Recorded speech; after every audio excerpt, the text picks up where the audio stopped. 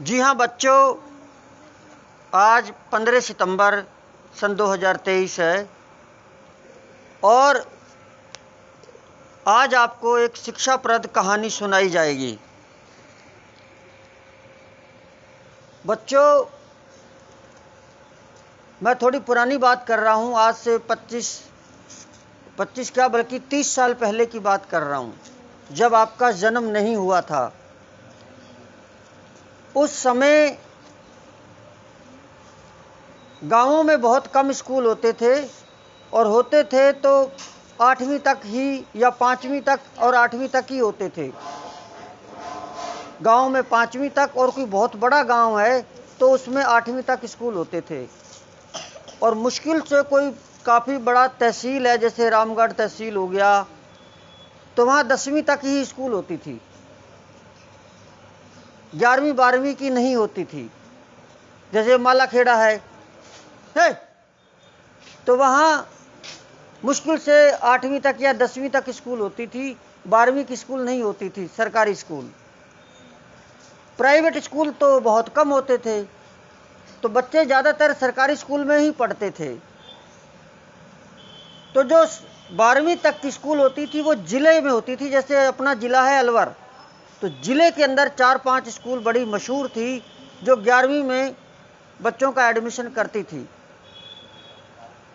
तो वहाँ क्या होता था बच्चों, जब 10वीं का रिजल्ट आता था, 10वीं का रिजल्ट आने के बाद, सुन लो बच्चों गौर से, 10वीं को उस ज़माने में इंटर बोला करते थे।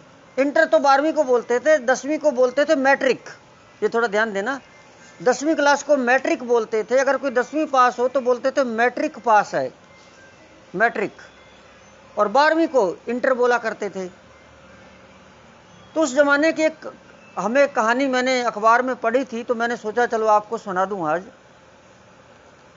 तो बच्चे जो छोटे मोटे ये तहसीलों से पास होके और सारे 11वीं में एडमिशन लेने के लिए ज़िले में ही, अलवर में ही जाया करते थे सरकारी स्कूलों में।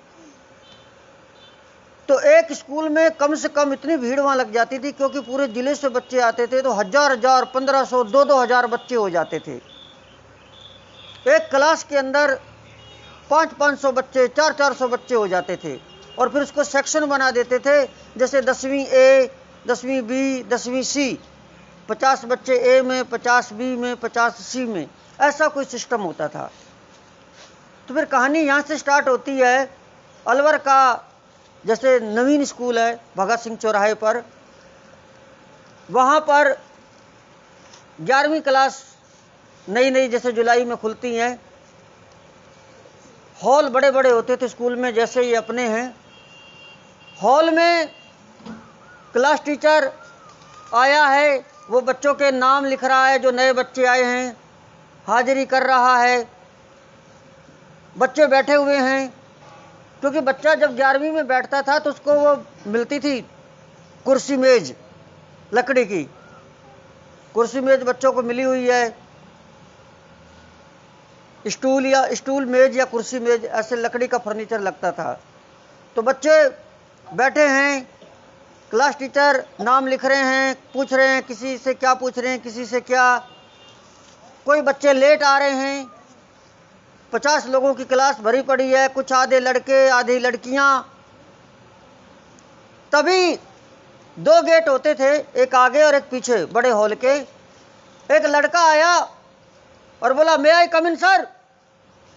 ध्यान देना, मैं 11वीं क्लास की बात कर रहा हूं। तो एक बच्चा आया, लेट आया पहले पीरियड में, और आया और पूछा उसने, मे आई कम इन सर। तो पूरी क्लास जोर जोर से हंसने लग गई। हा हा हा हा हा। क्यों हंसने लग गई? क्योंकि बच्चे की जो चप्पलें थी वो बिल्कुल पुरानी, घिसी हुई, टूटी सी, और जो चप्पल टूट जाती थी उसके बद्दी लगा देते थे ऐसे, वो मोची से जाके चप्पलों के बद्दी लग रही है।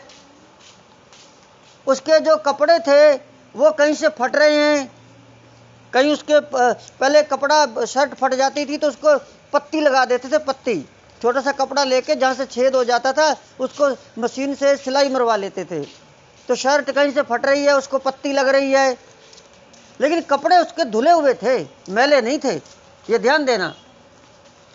और ऐसे ही लग रहा है वो बच्चा, इतना सुंदर भी नहीं लग रहा, कुरूप सा लग रहा है। और उसका हुलिया देख कर ना ऐसे लगा जैसे कोई गांव का सा कोई, क्योंकि अलवर में तो शहर के बच्चे होते थे, बड़े बड़े इंटेलिजेंट शहरों के बच्चे होते थे। कौन आ गए, कौन कोई बेवकूफ बंदर आ गया क्लास में। तो बच्चे तेज तेज उसके पहनावे को देखकर, उसने पजामा पहन रखा था, पजामा टाइप पहन रखा था, क्योंकि गांव में लोग बच्चे ऐसे ही पहनते थे। फिर पैंट वैंट का चलन तो फिर बाद में हुआ, जुलाई में बाद में फिर बच्चे को पता होता है कि ये यूनिफॉर्म है, ये ड्रेस है, वो सिलवानी पड़ती है। तो उसने पजामा पहन रखा था, ऊपर कमीज पहन रखी होगी। तो उसका ऐसे सिस्टम देख के उनको, कोई गांव का सा बच्चा देख कर बच्चे जोर जोर से, पूरी क्लास लड़के लड़कियां हा हा हा हा हा हा हंसने लग गए। कोई ऐसे मुंह पे हाथ रख के छी छी छी खी खी खी हंसने लग गए। कोई बात नहीं, हंसने दो। अब क्लास टीचर ने उसका नाम पूछा, उसके इधर आ, क्या नाम है तेरा, कहां से है?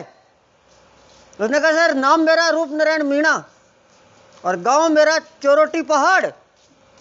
और जैसे उसने कहा एकदम क्लास पूरी की पूरी शांत हो गई, एकदम चुप हो गई, चूं भी नहीं हुई क्लास के अंदर। और पूरी क्लास खड़ी होके और जोर जोर से तालियां बजाने लग गई। ऐसा क्यों? आप सोच सकते हो ऐसा क्यों?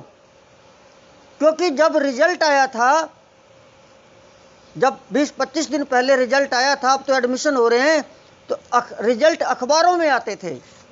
तो अखबार में रूप नारायण मीणा नाम का एक लड़का, चोरोटी पहाड़ गांव का एक लड़का मेरिट में आया था।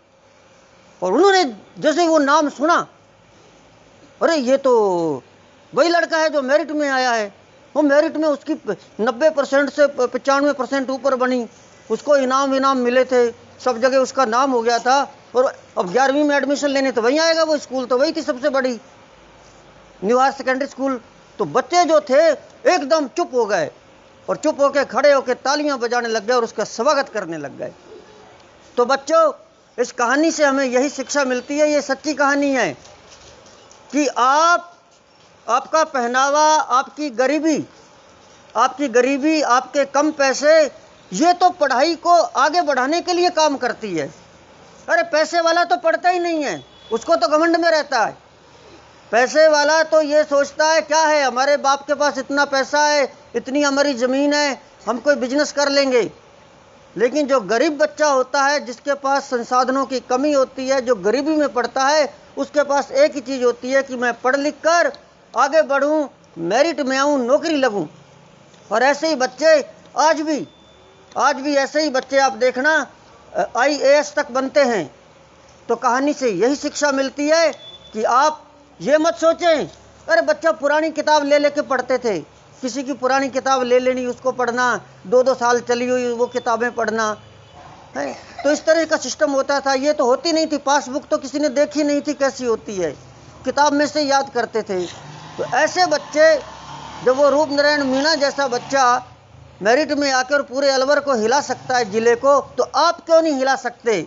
आप हिलाएंगे और इस कहानी से शिक्षा लेते हुए अपने पढ़ाई की तरफ ध्यान देंगे और आगे बनकर बड़े पढ़ लिख कर अफसर बनेंगे। आज की कहानी में इतना ही। Thank you so much.